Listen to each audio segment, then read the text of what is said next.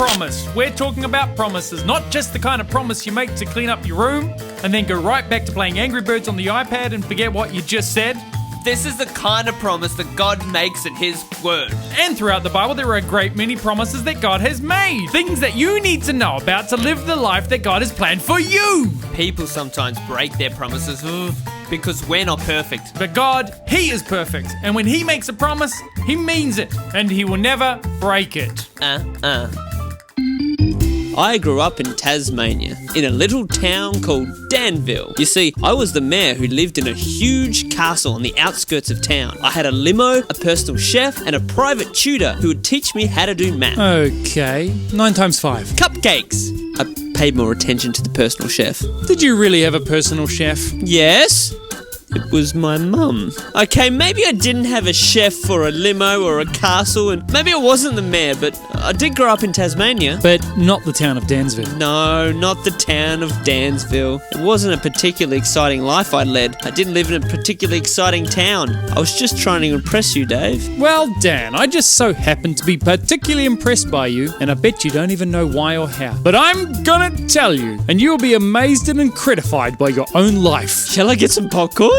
This sounds like a great movie. You began life as a baby, like we all do, and soon grew into a boy that would experience many things, one of which was poor health. A cough there, a cough here, a lost foot here, a missing nose there. I think you may be exaggerating a little there. I did find my nose, Dave. My dad had it. Regardless to whether you found your nose or not, you did, however, do one thing that set you up for life. You listened to your parents, who would constantly pray for you and ask God to help you with whatever you were facing. My mum and dad were amazing. They truly believed that God would look after me, no matter what. So I looked at their life and the example they gave me. And ever since then, I tried to pray first in every situation. And that's why I'm impressed by you, Dan. Even the best doctors may not know what to do. There was a man in England who sneezed several hundred times each day for 35 years and was told that he was allergic to himself. He was cured after another doctor discovered that he had simply had a reaction to the porridge he'd been eating for breakfast since childhood. I've been healed many times with medicines and pills that make me better, but I also trust God every time I feel an ache or a pain or a sore head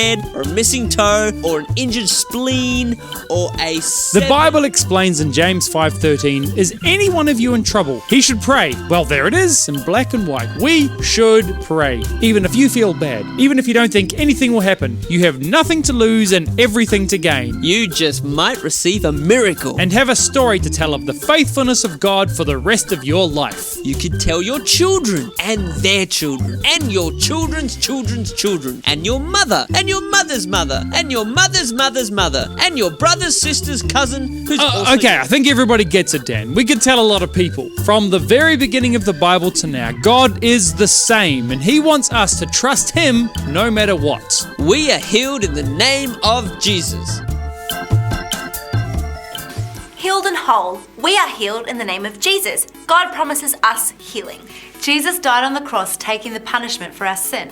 Through what Jesus did on the cross, we can be a part of God's family and receive the promises He has for us. One of those promises is healing. Isaiah 53 verse 5, but He was pierced for our transgressions. He was crushed for our iniquities. The punishment that brought us peace was on Him, and by His wounds we are healed.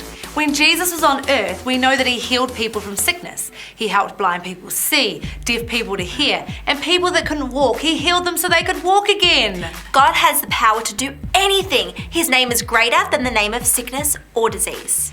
James 5:14-15. Are any of you sick? Then send for the elders of the church to pray over you. Ask them to anoint you with oil in the name of the Lord. The prayer offered by those who have faith will make you well. The Lord will heal you. If you have sinned, you will be forgiven. God can heal us any way He wants to. That may be miraculous, instant healing, or He may heal us using medicine and with doctors. Our body is created and designed by God to fight off germs, heal, and get better. Healed and whole, we are healed in the name of Jesus.